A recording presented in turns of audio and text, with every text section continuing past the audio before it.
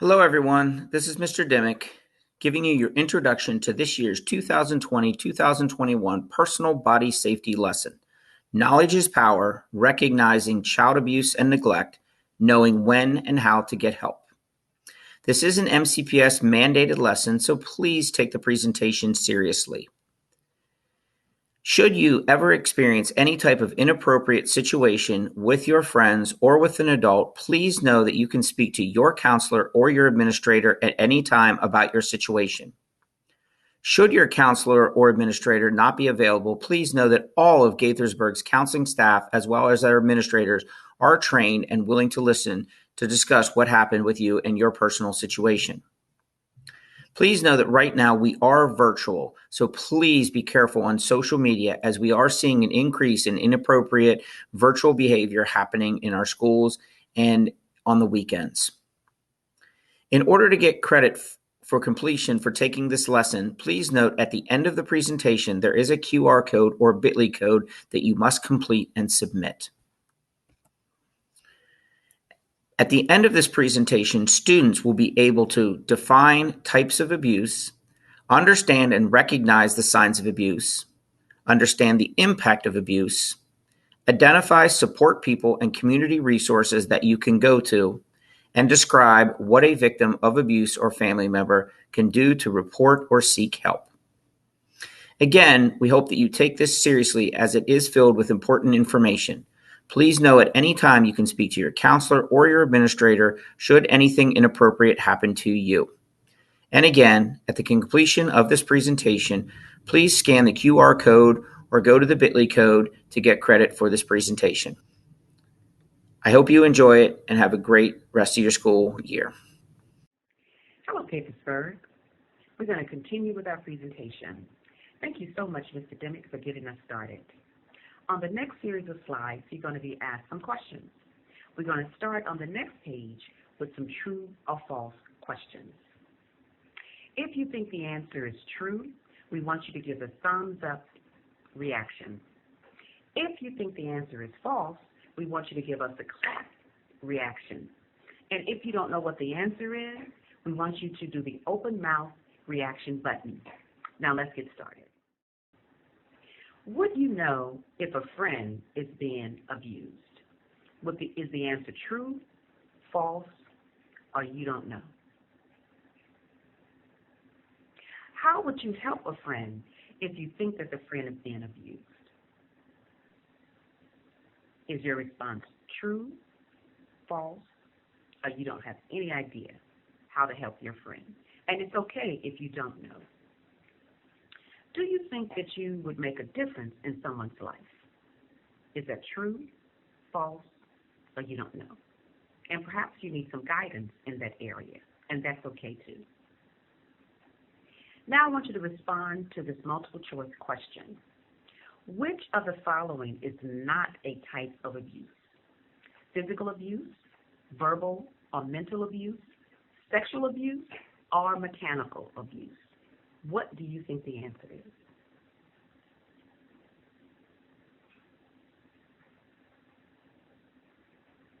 You are correct. The answer is mechanical abuse. That is not a type of abuse. There are multiple different forms of abuse someone can experience. Some of these include sexual abuse, physical abuse, and emotional psychological abuse.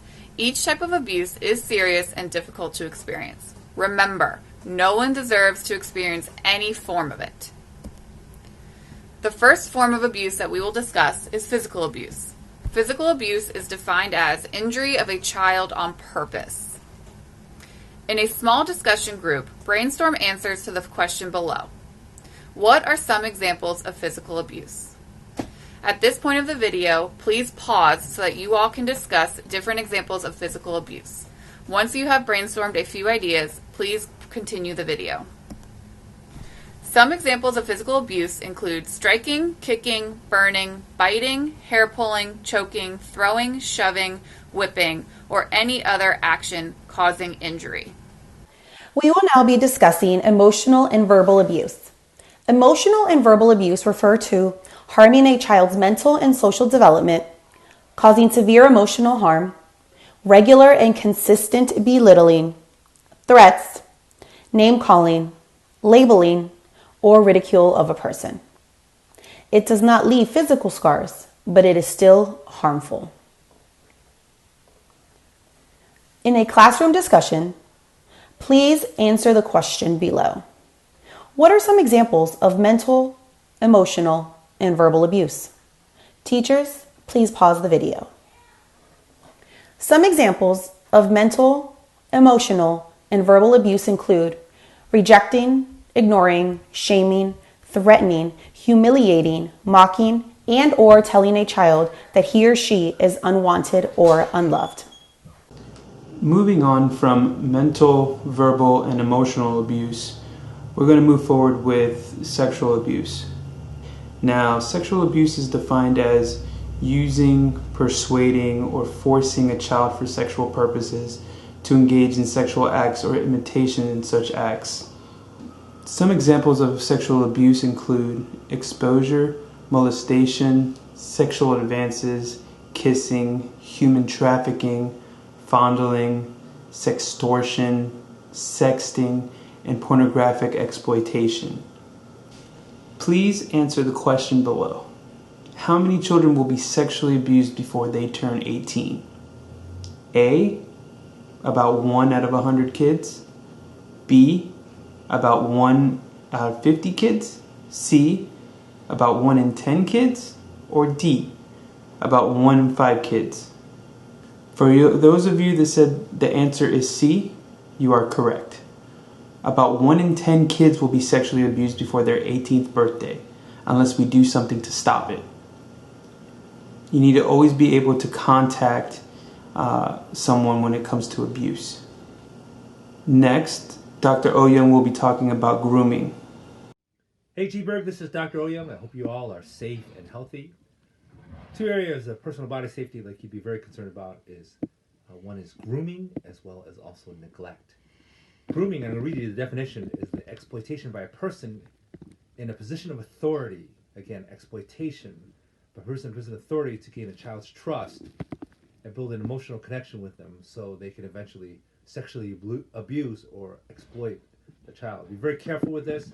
Examples of this could be anybody, neighbor, teacher, coach, family member, and they will use different components where they try to build a personal relationship, talk to the child privately or work with them independently, totally separate, talk about child's romance or relationship status, as well as bribe the child.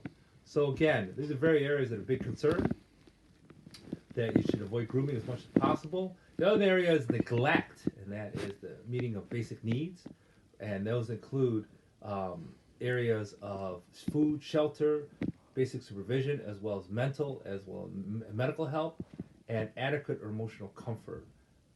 Also, exposure to domestic violence is also very dangerous. So again, these 2 areas, neglect as well as grooming, are very big concerns for personal body safety. Thank you. Based on all the slides you've seen, no one ever deserves to be mistreated. If you or someone you know is showing warning signs, go to a trusted adult immediately. At this point, in a small discussion group, you will brainstorm responses to the question below. What are the warning signs that one of your high school classmates may be experiencing abuse? At this point, teachers, please stop the video, put your students in groups, and discuss that question. Thank you. Warning signs of abuse could be signs of depression, changes in eating and sleeping patterns. All of a sudden, your friend doesn't want to get up out of bed and come to school every day. They don't want to meet in locations where you've met up in the past. They stop returning your text messages or Snapchats. They engage in dangerous behaviors such as drug or alcohol abuse. They may have injuries that they can't explain. The effects of abuse are long-lasting and can be different for everybody. Overall, it affects your mental health. It can cause depression, anxiety. It's difficult for them to cope with situations. It could cause physical pains, overall unhappiness, lead to additional drug and alcohol use, self-harming behaviors, or just difficulty relating to others. In a moment, you're going to have the opportunity to talk about the 2 quotes that are below. In a small group, brainstorm the answers to the question below. How do the quotes relate to abuse prevention? Number 1, every single one of us can make a difference. And number 2, if we can talk about it, we can change it. Take a moment now with your classmates and discuss these 2 quotes. Remember to respect each other's ideas. Remember, this is a brainstorming activity. Teachers, please go ahead and pause this presentation to allow for adequate class discussion. This quote I have found to be very, very true. Kids usually know what is going on in other kids' lives before adults know what's happening. I have found this to be especially true in the high school setting. You 2 talk to each other, you trust each other, and you have excellent observation skills. And there are some secrets that you should never, ever keep. If you suspect that a friend or classmate, family member, or yourself is being abused or neglected, please tell a trusted adult as soon as possible.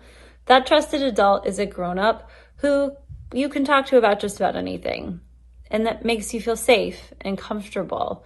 Remember, through speaking up, you can prevent abuse.